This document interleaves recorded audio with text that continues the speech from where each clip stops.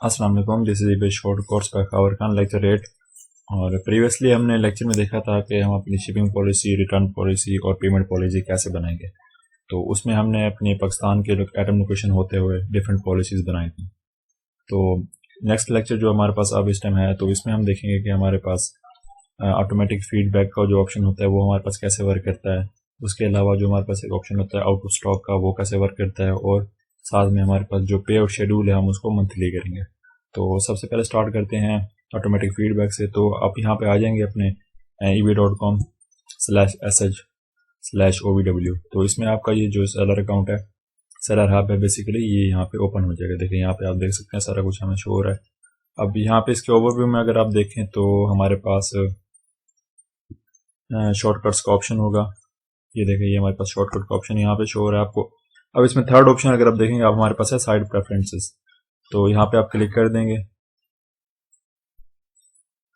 अब side preference में अगर आप देखें तो हमारे पास सबसे पहला जो ऑप्शन हमारे पास शो हो रहा है वो है ऑटोमेटिक फीडबैक का।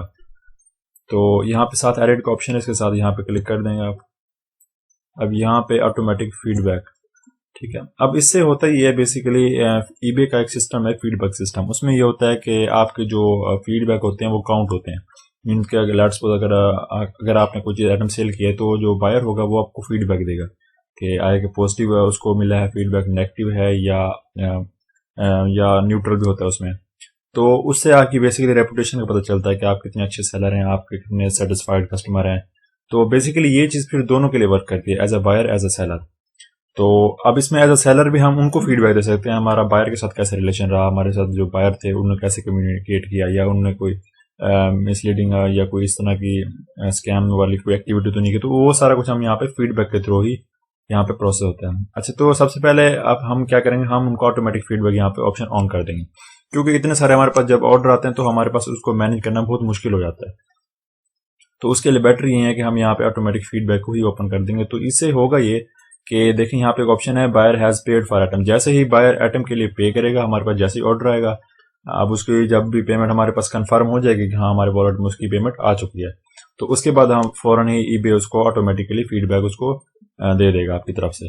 तो ये एक अच्छी चीज़ है, इससे आपका काफ़ी ज़्यादा टाइम बच जाता है। अब इसमें अगर देखें तो वैसे तो यहाँ पे एडिट स्टोर्ड कमेंट में हम क्लिक करें तो आप देख सकते हैं यहाँ पे मुख्तलिफ कमेंट जो हैं ये ऑटोमेटिकली ठहरे हैं। अभी जो भी बायर आएगा उसको ऑटोमेटिकली इनमें से कोई एक कमेंट जो है रैंडमली उसके पास उसको फीडबैक एज अ फीडबैक उसको मिल जाएगा। देखिए यहाँ पे काफी सारे आप यहाँ पे खुद भी ऐड कर सकते हैं। ये देखिए काफी सारी यहाँ पे जगह भी है 5-6 कमेंट ऐड करने की। अब यहाँ पे खुद से भी ऐड कर सकते हैं अगर करना चाहें तो ट्राई करें यहाँ पे कोई अच्छे से कमेंट, आप अच्छे से कोटेशन वगैरह यहाँ पे डाल दें बायर के लिए।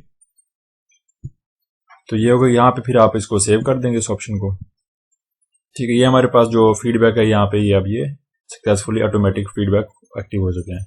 अब दूसरा हमारे पास जो यहाँ पे ऑप्शन है वो ये है मल्टीपल लिस्टिंग। अब यहाँ पे अगर देखें तो हमारे पास जो पहला ऑप्शन है listing stay active and you're out of stock, तो इसको आप ऑन कर देंगे।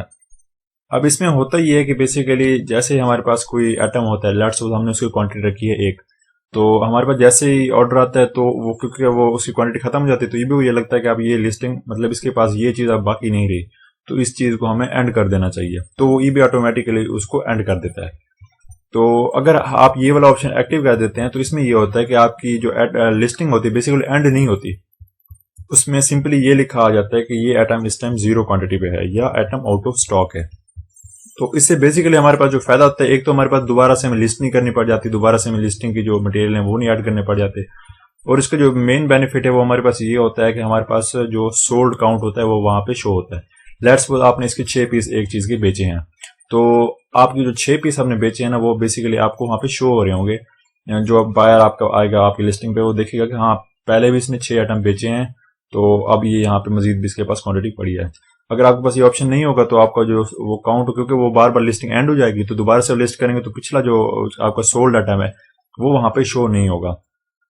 अब इससे आपकी सेल पर डायरेक्टली असर पड़ता है, इससे बायर का कॉन्फिडेंस बढ़ता है कि हाँ इसने पहले भी सेल की हैं चीजें, तो मैं इसे यहाँ पे प्रेफर करेगा आपसे लेना as compare to new sellers.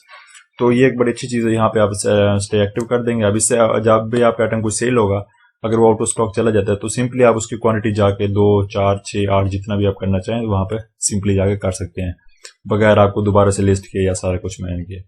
तो ये हमारे पास एक बहुत ही इंपॉर्टेंट सेटिंग है, आप इसको लाजमी से अपने पास इंप्लीमेंट कर लें।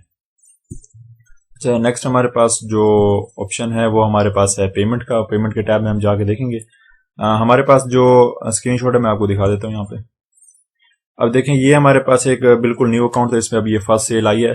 तो अब यहाँ पे आप देखेंगे कि हमारे पास जो पेमेंट्स हैं वो बेसिकली यहाँ पे हमारे पास जो शेड्यूल है वो हमारे पास बाय डिफॉल्ट आपके पास लगा होगा डेली बेसिस पे। अब देखिए यहाँ पे, ये देखें ये पे आउट शेड्यूल, अब यहाँ पे मैंने मंथली कर दिया इसको इस टाइम, ये नो आपका मैं यहाँ पे मंथली है।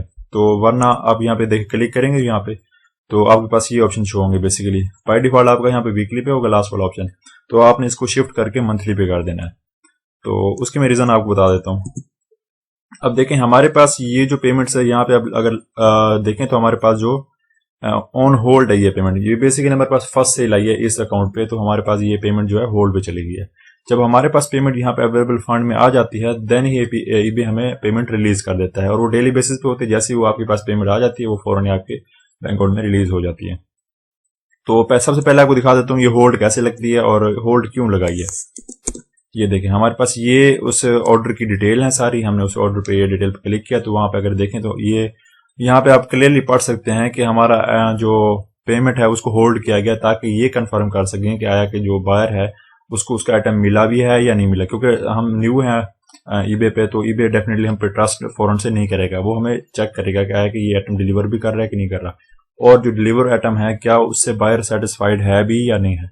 तो उसके लिए ये देखें यहाँ पे ये जो पेमेंट्स है ये आपकी होल्ड पे है। ये देखिए ऑन होल्ड का यहाँ पे स्टेटस आ रहा है। और अच्छा, बेसिकली होता ये है कि जो न्यू आपके पास अकाउंट होते हैं उनमें कम से कम पहले 15 से 20 जो आइटम सोल्ड होते हैं ना उसकी पेमेंट आपके पास होल्ड में चली जाती है हमेशा से। ठीक है ना, होल्ड की पेमेंट हट जाती है जब आपके पास आइटम डिलीवर हो जाता है और बायर की तरफ से फीडबैक आ जाए, या बायर एटलीस्ट 15 दिन तक अगर बायर को वहां पे कोई इशू नहीं आ रहा तो वो फिर आपकी जो पेमेंट्स होती है वो अवेलेबल फंड में आ जाती हैं, जो कि आपको दोबारा से आपके पेनियर अकाउंट में वापस मिल जाती हैं। अच्छा, इसमें एक चीज ये हो कि दूसरी इसमें हम अगर देखें तो हमारे पास बेसिकली पेमेंट जो होती हैं वो होल्ड पे चली जाती हैं। अब उसमें हमारे पास, इसलिए मैं कह रहा हूं कि आपके पास थोड़ा सा बजट होना चाहिए। ठीक है, क्योंकि अगर आपकी एक पेमेंट होल्ड पे चली गई लेट्स सपोज, वो आपको मिल नहीं रही है, बेसिकली आपके पास है लेकिन वो आपको अभी ईबे रिलीज नहीं कर रहा, तो अगर आपका नेक्स्ट उसी दौरान कोई और ऑर्डर आ जाता है तो आपके पास कम से कम पीछे इतना बजट होना चाहिए कि दूसरा ऑर्डर को भी आप सपोर्ट कर सकें, क्योंकि ये होल्ड वाली पेमेंट तो काफी देर के बाद जाके आपके पास रिलीज होगी। तो ये देखें हमारे पास, अगर देखें यहाँ पे अभी होल्ड पे है, जब आपके पास ये ईबे पेमेंट आपकी रिलीज कर देगा तो यहाँ पे अवेलेबल फंड में आ जाएगी। अब दूसरा हमारे पास क्वेश्चन ये है कि हमने यहाँ पे पे आउट शेड्यूल को मंथली क्यों किया, जबकि हम डेली भी तो कर सकते थे ताकि हमें डेली पे आउट मिलता रहे। अब उसकी वजह यह है कि ईबे की ये और पेनियर की ने कोलैबोरेशन की, तो उसमें ये हमारे पास पेनियर की तरफ से ये पॉलिसी है उनकी कि अगर आपकी किसी भी मार्केट प्लेस से अगर आपकी पेमेंट आ रही है और वो $100 से कम है, लेट्स सपोज आपकी $99 भी है, तो वहां पे पेनियर आपके पास $1 चार्ज करेगा उस ट्रांजैक्शन को परफॉर्म करने के लिए, जो कि डेफिनेटली हमारे पास एक नुकसान आ जाता है, क्योंकि हमारे पास जो प्रॉफिट होता है वो तकरीबन उसी में चला जाएगा, क्योंकि स्टार्ट में इतना खास प्रॉफिट हो नहीं रहा था। तो उससे बचने के लिए हम यहाँ पे पे आउट मंथली कर देते हैं ताकि हमारे पास एक अच्छी अमाउंट एक बार यहाँ पे कलेक्ट हो जाए। लेट्स सपोज हमारे पास $100 से ऊपर की अमाउंट यहाँ पे कलेक्ट हो जाए 100, क्योंकि मंथली हम लगाएंगे तो एक लंबा ड्यूरेशन उसे मिल जाएगा अमाउंट को कलेक्ट करने के लिए। जैसे अमाउंट कलेक्ट होगी तो हर महीने की आपको जो पहला ट्यूसडे होता है हर मंथ का, तो वहां पे आपको ये पेमेंट आपकी रिलीज कर दी जाएगी। अगर $100 से ऊपर होगी तो डेफिनेटली आपको यहाँ पे कोई चार्ज नहीं होगा, आपको फुल फ्री होंगे और जितनी पेमेंट होगी पूरी पूरी आपकी पेनियर अकाउंट में ट्रांसफर कर दी जाएगी। तो इसलिए बेहतर है कि आप थोड़ा सा अपने पास बजट रखें, ताकि एक तो मंथली आपकी पे आउट आएगी, मीन्स कि आपको मंथ में सिर्फ एक बार पेमेंट मिलेगी, और दूसरा आपकी पेमेंट जो होगी वो होल्ड पे चली जानी है, तो उसका भी बजट आपने अपने पास मैनेज करके चलना है। अच्छा, इसमें एक और चीज है जो अगर यहाँ पे आगे देखें तो हमारे पास जो ऑर्डर टोटल है वो $25.62 यहाँ पे शो हो रहा है। तो बेसिकली अब बहुत सारे लोगों का ये क्वेश्चन है, वो कहते हैं कि हमने आइटम जो हमारे पास, हमने भी खैर यहाँ पे आइटम जो है $23.98 का लिस्ट किया था, लेकिन अगर आप गौर से देखो तो हमारे पास जो ऑर्डर अर्निंग हुई है वो बेसिकली $19.79 यहाँ पे हुई है। तो बहुत सारे लोग ये कॉन्सेप्ट करते हैं कि अगर आप वो $23 का अगर वो लिस्ट कर रहे हैं या $24 का लिस्ट कर रहे हैं तो वो सारी पेमेंट उनको मिल जाएगी, जबकि ऐसा नहीं होता। क्योंकि अगर यहाँ पे अगर गौर से देखें, यहाँ पे सेल टैक्स कटा है 1.6, ये बायर ने पे किया इसके लिए। उसके बाद हमारे यहाँ से अगर आप देखें तो ये देखिए हमारा भी सेल टैक्स यहाँ पे कटा है। उसके बाद सेलिंग कॉस्ट जो थी $4 वो भी कटी है, ट्रांजेक्शन फी जो बेसिकली ईबे चार्ज करता है अपने पास, वो भी कटी, उसके बाद जाके हमें जो पेमेंट मिली है वो $19.79 होंगे जो हमारे अकाउंट में ट्रांसफर होंगे। बेसिकली ये वो लास्ट में अमाउंट है जो हमारे बैंक अकाउंट में ट्रांसफर होगी या हमें मिलेगी। तो आपने इस चीज का ध्यान में सोच के चलना है कि ईबे भी एक फीस चार्ज करता है। डेफिनेटली आप उनके प्लेटफॉर्म पे जाके सेल कर रहे हैं कोई चीज, तो उनका एक फिक्स होता है, बेसिकली 12 to 16% उनका चार्ज होता है वहां पे, प्लस 30 सेंट्स भी उसके साथ ही चार्ज करते हैं।